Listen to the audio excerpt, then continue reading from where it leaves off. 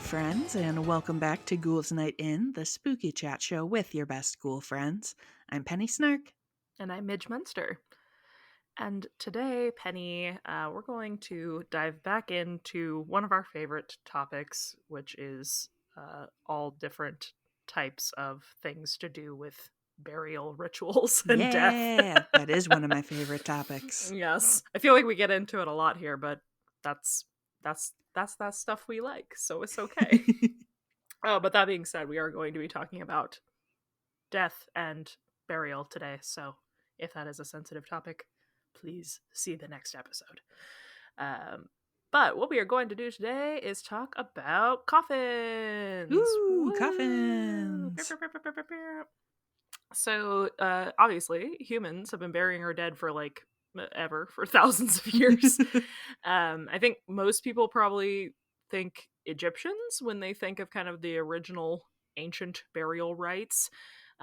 But actually, there was a 50,000-year-old skeleton discovered in a French cave Whoa. that led scientists to believe that people, as far back as even the Stone Age, have been ceremoniously burying their dead. But today, specifically, we're talking about burial vessels. Delightful. Things in which to bury people. And the first casket manufacturing did occur in ancient Egypt about 5,000 years ago. And at that time, people believed that the soul could only go to the afterlife if the body was preserved. Mhm. So that's kind of where this practice begins. Unfortunately, as I was doing research for this, I was like, wow, there's just a huge gap in the history here. And then someone in one of the articles was like, well, yeah, they were all made of wood and now they're not here anymore. Wah, wah, wah. Womp womp. So, sad fact, we don't Unfortunate how that worked. Yeah.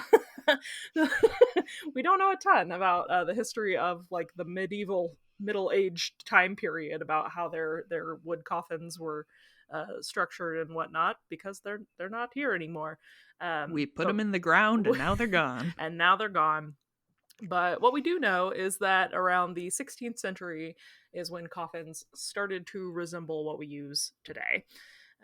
Most were wood, like I just said, but coffins were also sometimes made of lead or stone to preserve very wealthy or important people. That was kind of a reserved practice for people who had dollars. Stone coffins are really interesting looking. That I don't have like a burial thing, like I freaked out by burial, but stone coffins freak me out. Have you seen this like rectangular slab of stone with the body carved into it? Yeah, it's pretty intense. Yeah, it's literally like a rectangular slab that they put it like carved an alcove down into, with like a rounded circle at the top for the head, just like perfect little shape for the person, no wiggle room. And then they would put the slab of stone like on top of that. This hole was made for me. If anyone out there is a Junji Ito fan, what up? But then also in these circumstances, sometimes, like I said, lead was used to preserve the body specifically. And even though that's, for obvious reasons, no longer in practice because toxicity and environmental safety, it was really effective. In 2014, there was a group of French archaeologists that uncovered a body of a noblewoman that had died in 1656. And she was so well preserved that all of her clothes and everything in which she was buried, including her like little, delicate cap and her shoes and everything, were still intact. Nice. 350 years later. And they obviously, when you open a lead casket, then the decomposition process like picks up, right? So they had, I think they said 72 hours to like keep the body at a certain temperature and kind of look at it and examine it. And then they reburied her, thankfully. I don't know how I feel. I mean, I understand archaeological purposes of like, ooh, science, but also yes, sneaking a quick peek. but also they like fully unburied her. I don't know. I think that's a little weird. But they even were able to, like, the body was still at a point where they could still see that she had like kidney stones and things. Oof. So very crazy how lead can preserve a body. But then moving forward, so that was 1656 that she was buried. Um, I love this whole story. In 1784, good old Joseph II, the Holy Roman Emperor, he was really trying to like fuck around and find out with with different burial practices. He was like, what can I get away Let's with? see. And the answer is nothing. He got away with nothing. He first put out these regulations saying that like graves are solely for composing bodies. You don't need all that. Put the body, sew it up in a linen shroud, throw it in a hole with everybody else who died that day, and then just cover that shit up, put some quicklime on it, we're good to go. That's all I you mean, need. hey, green burials are very, very trendy right now. So thanks, Right. sir. There you go. Right. Linen shroud. That sounds like a very trendy modern funeral. Yes. Probably not in a hole with everybody else, though. Yeah, no, not that. I would like to put out a formal request to not throw me in a hole with everybody else. But the public was like, hell nah. Nah. What if we didn't do that? What if instead, absolutely not? So then he decides, well, then what we're going to do is make reusable coffins, the hot new trend. So they made coffins with trap doors in the bottom so that when they're at the like interment site, right, they have the coffin like over the hole, and then they would flip a little switch. Just yeet you out the bottom? The body would just fall through the bottom into the hole in its little shroud. Sure. It's like a magic act. Yeah, that's I'm picturing like them putting. I'm so sorry, not trying to be disrespectful, but like it's so funny to me. I'm picturing them putting like a little like cloth over it and being like, ooh, ta-da! And then the body's like gone. See, I'm picturing like a big lever. Yeah, pull the lever, like Kronk. Exactly, like yoink, ka-chunk, like there it goes. So again, the public was like, actually, we don't think that's it either. We're not gonna go with that one. Also not that. So yeah, that only lasted about 6 months before everybody was like, please stop this. And this kind of became the point where it was clear that like having an individual coffin in a grave was going to become sort of the standard practice of how human burial was going to go. So there are different vessels, obviously, in which you can bury a corpse. So we're going to talk about the difference between a coffin and a casket, because even though a lot of times, especially in America, we use these words interchangeably a lot, but they are not the same. They are different. One of these things is not like the other. Exactly. So starting with coffins, the word coffin has its root in the Greek word kophinos, meaning basket. So I did not know that it was from a basket word. It's cute. The earliest recorded record of the use of this word in the English language was around the 14th century, and that was at the time used to mean like a small box for preserving valuables. And then obviously it changed. I guess it would be like the same root as like when you say like, oh, his like coffers were overflowing. Exactly. That makes sense.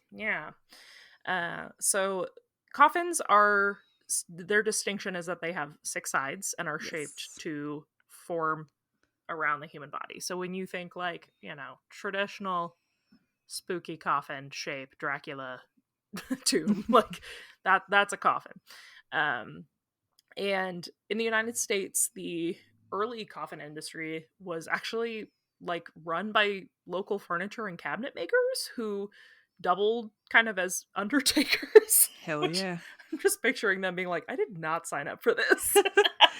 That's, I mean, it's a perfect match with, remember when we did the hearse episode and they're like, well, you can't have a hearse, there's not enough people to have a hearse and an ambulance. So we'll just do sharesies. So I feel like the furniture makers were like, all right, I guess. At least like hearse and ambulance though are like in the like health and medical kind of umbrella, like I can't imagine being like a cabinet maker and they're like, "Hey Jeff, once you're done making that sweet, sweet hutch, can you take a couple hours out of your day to put Jeff in his box?" Like, I make a wood box to put a valuable thing in.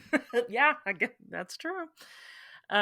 So yeah, they would just build wood coffins on an as needed basis, and then as a lot of these changes do happen, we had a big old war here. Mm, And during the Civil mhm. War, they needed a crud load of coffins because there Yeah. were unfortunately a lot of deceased soldiers and they needed to transport them. And so this marked the start of the like mass produced coffin era. And that kind of is where we see the shift from traditional, like quote traditional coffins. I found I found this really soothing, and I don't know why. I found one article from like the History Channel that said before the Civil War, coffins were made like a fine suit. Aw, That just they for were like, you. yeah, that they were like tailor made to fit the body that was going in it, and I was I like, oh, like that's kind that. of like elegant and lovely. I like that. Um, but then obviously when you're mass producing, that's not the case, and you Mhm. need something simple that you can recreate multiple times. Also in the early 1900s, late 1800s, coffins fell out of fashion. That's actually like in every article how it's Oh. described, fell out of fashion, became unfashionable. So And passe. so passe. And that was because the kind of Puritan culture that was happening, like people didn't want to be reminded that there was a body inside the coffin. Yeah. And since the coffin was very body shaped, they were like, no, no, no, we don't want that. So that's when the casket comes into play. A casket is what most of us are used to seeing, especially in North America at a Mhm. funeral. Four-sided box, kind of trapezoidal top, um, usually with a nice lining of some sort, and they can be, you know, simple or they can be very ornate. Uh, I this gave me a hearty chuckle. I watched an Ask a Mortician video where she was Mhm. talking about the difference between the two, and she mentioned that when caskets first kind of hit the market, that they were being advertised as having a chaste design. Ooh. So again, the idea of seeing the kind of corporal form, I was gonna the say human. those wild lusty coffins. Yeah. So you heard it here first on Ghouls Night In. If you want to be sexy, be buried in a coffin, not a Yes. casket. um, but they caskets also started out being mostly made of wood. However, today you can get them in pretty much any material you want, and most of them are made of metal, of steel, which I actually don't. And as soon as I like read that, I was like, yeah, that makes sense. But I've never thought about it Yeah. because a lot of coffins are, or sorry, caskets. See, Mm. a lot of caskets are what's the word I'm looking for? My brain is saying Veneered. like, yeah. I was Yeah, like, they I was gonna say like gilded, and I was like, that's not right. Yeah, like they have like a layer of something to either make them look like wood or different textures. I don't know. They don't look cold and metallic, Yeah, really. they definitely look wooden mostly. Yeah, and then they do still make all like wood caskets, but they are expensive, Expensive. very expensive. Uh, so mostly made out of metal. Metal caskets first appeared in 1848. This is I love when we get weird names. Dr. Almond Fisk. uh, Dr. Almond Fisk received a U.S. patent in 1848 for the first cast iron casket, Oh. which he claimed was airtight and indestructible.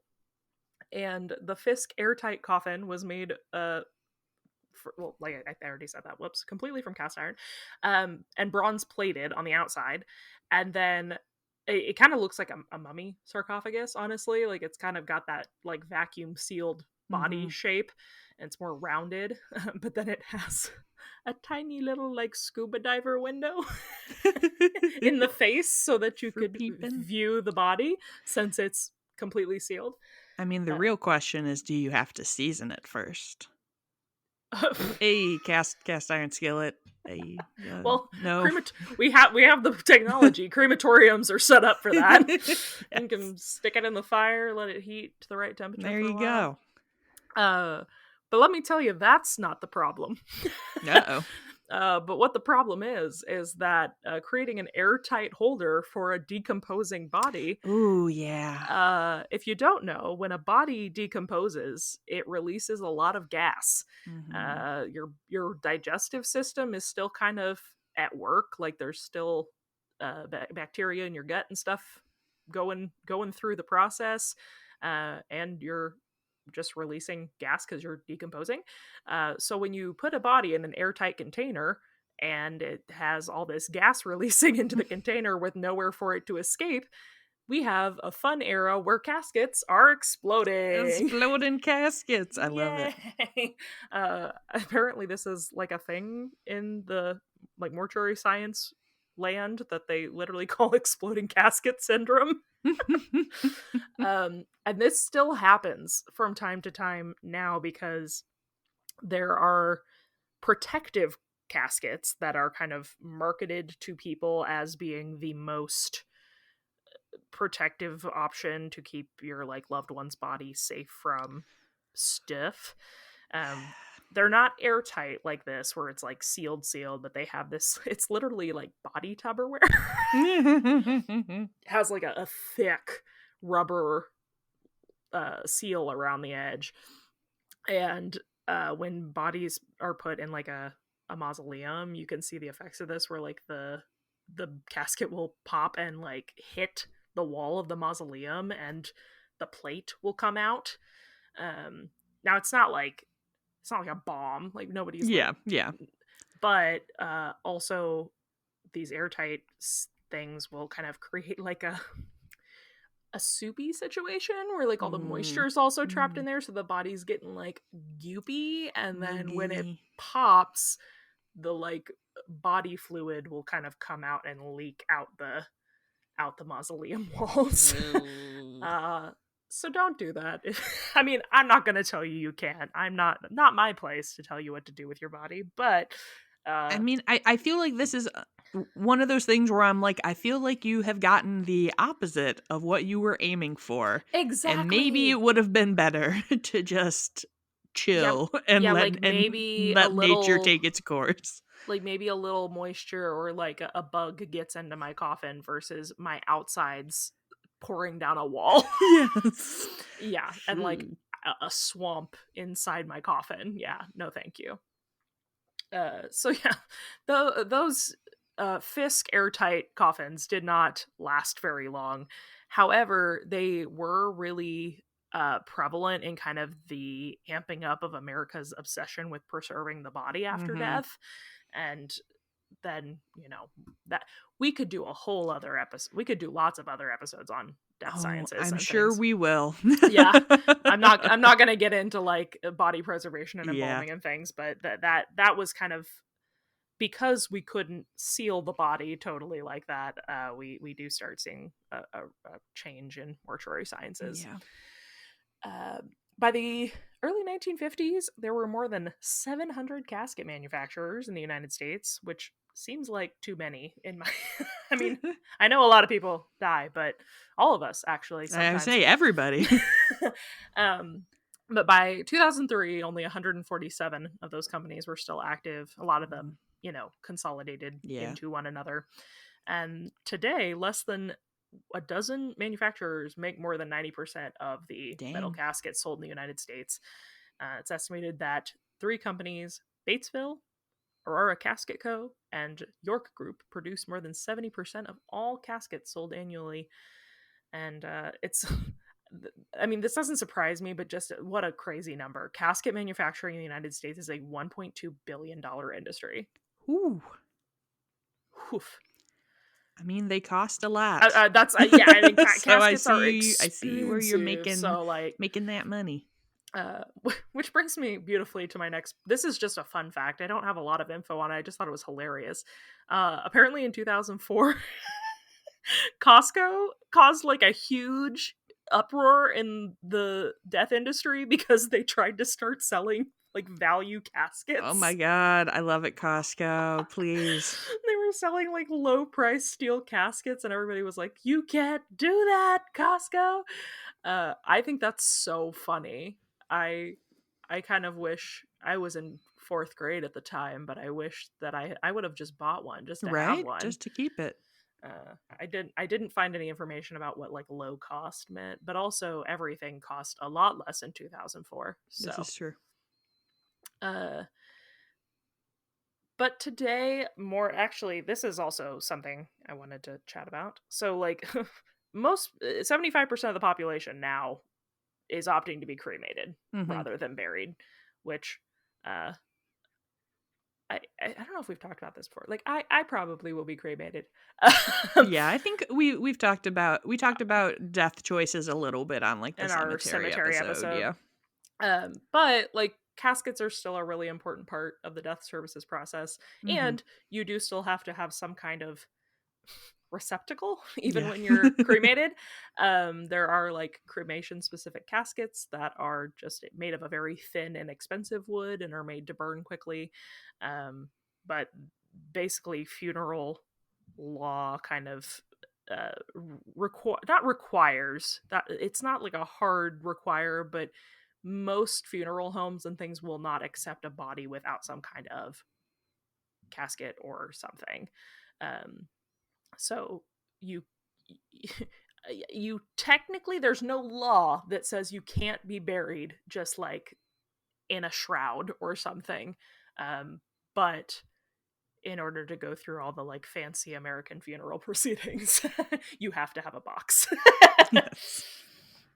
But there are a lot of places around the world, not in America, where traditional burial is still like the thing to do. And I actually read a really interesting article about Ghana, that like it's common for them to make these really like artistic, beautiful caskets that are in like fun shapes. Yeah, I've read about this. Yeah, I saw a few pictures. There was ones like a Coke bottle, and Yeah, an fun airplane. custom caskets. Yeah, they're like really pretty, and I I think I think, saw one that was like a giant tube of lipstick, which I oh, liked. I believe if I'm not mistaken, that's also what you said your tombstone shape would be if you could. Yes, I think so. I think I did So say that. I think I think A we have a theme. solid plan for Penny. We're gonna get her a tube of lipstick casket and put her under a tube of lipstick stone. Yes. But I do like this, and just in general, I if I'm not mistaken, and either you might know or listeners tell me if I'm wrong, but I believe that video that went viral a couple years ago of like the dancing pallbearers was also from Ghana.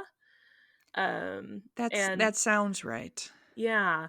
And so I like that. I don't know. I like this kind of more joyful, fun funeral practices. That's my vibe. Yeah, yeah. If I go, I would like someone to carry me in like a big Coke bottle and dance around me. I think that sounds good. Right. It's nice to have something that's fun and that feels like kind of personalized. Yeah, yeah.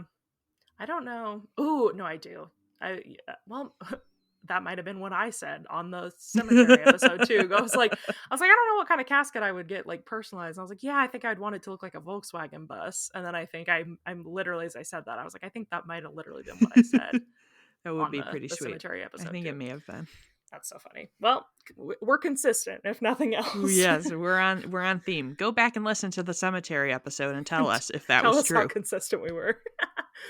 um, but so can you, to wrap up here, like I said, you don't need a box. Can you still be buried in a coffin? The answer is yes. Hey. And this is actually very specifically, I think if I were to be buried, I would want a coffin and not a casket. Yeah, Uh, go traditional. yeah, because I think they're just super pretty. But I mean, as we mentioned on the body farm, there's a whole other list of slew of things that go with like being a fat person who dies and Yeah. having to equate for that. So I would have to have a beautifully tailored See, casket. that's why I say it's got to be got to get it pre-Civil War style and get Yeah, a tailor my coffin. beautifully tailor-made custom coffin. I don't know why I'm picturing mine like shaped to my body, except at the waist it has like an A line for my skirt. I think that would be really cute. That Uh, would be pretty cute. but I was kind of reading through some different comments on this forum, and actually quite a few places outside of the US, like the Europe and the Netherlands, and in places like Argentina and things, uh, they still use coffins. Some places use them because of socioeconomic stuff, just like they are cheaper to Yeah. make, and a lot of families can't afford, like a casket is considered like a luxury in a lot of places. But in like Europe, you can just pick whichever you want. They have both, which I think you can here too. But I think from my research, it seems like coffins are a little harder to come by Yeah, I in think kind North of America. the standard practice is Yeah. providing, more casket options. Well, and especially I would be interested to know, and I couldn't find any like solid research backing this, but I'm certain that it's a thing. Just the imagery of coffins and how it's been used, in Halloween decor and Yeah. in like vampire novels and movies and things, like how much of that has informed like people not wanting to be buried in them because they're kind of seen as like macabre, Yeah. which like death is inherently macabre, but like Right. It's like, oh no, this box doesn't have extra corners, therefore there's no way I could possibly guess that there was a dead body here. well, and that's Like, what? I saw somebody comment on that Ask a Mortician video, and it cracked me up. It said like, Americans, I don't want to be reminded that there's a body in this box. Also, Americans will have an open casket Right? service. That's what I was Like, gonna say. It's like, yeah, good thing we've got this perfectly rectangular box that's like open part that we way so I can can open. literally see a dead body inside. Right. Yeah, and that's I guess I didn't really mention that because that is also one of the like distinct differences between a coffin and a casket, is that a coffin, like, it's one solid lid that like goes on and it Hmm. doesn't come off. So caskets were also like the split lid and everything was created for the purpose of viewership of the body at the funeral, um which to me has always personally been a bizarre practice. I would not want people looking at me. don't I don't even want people looking at me when I'm alive. Like, Don't perceive don't me. perceive me. Don't perceive my corpse. No. But I also know that was like heavily Victorian too. That was when they Yeah. started putting the little like windows and stuff in coffins so you could look in and be like, "Hey, bud." Yeah. I don't Um, think it was an airtight one, but I was at an oddity store that had like a coffin with the little like bubble yeah, peep little porthole in diver's it. And helmet I'm like, porthole. oh, Yeah, just in case you need to get a look in there. yeah. Uh, Well, I mean, my final question was going to be, would you be buried in a coffin or a casket? But you kind of already said you would be buried in a lipstick tube. Well, I mean, if I was doing a casket, I would want it to be a fun thing Yeah, because I'm like a standard casket is just kind of whatever to me. I mean, I also probably will not actually be buried. right. But I feel like I would want like a very like classic ornate like coffin that has Yeah, maybe some like filigree or something on it, maybe with a little porthole so I can look out and be as long like, what's as up, long as your guys? hair is like coiffed really Yes, well. Yeah, that see, that's the real question because I'm like, who's doing my hair? who's doing my hair, who's doing my makeup? Like, if I look fresh to death, then yes, people should admire me before I go to the dirt forever. But if someone doesn't know how to do winged eyeliner, then just close that up. That brings a whole new meaning to the term, like beat for the gods. Like, Yes. literally beat to go to the gods. Beat to Like, go the gods, beat for the afterlife, beat for mama. the afterlife, mama. Boots the house down.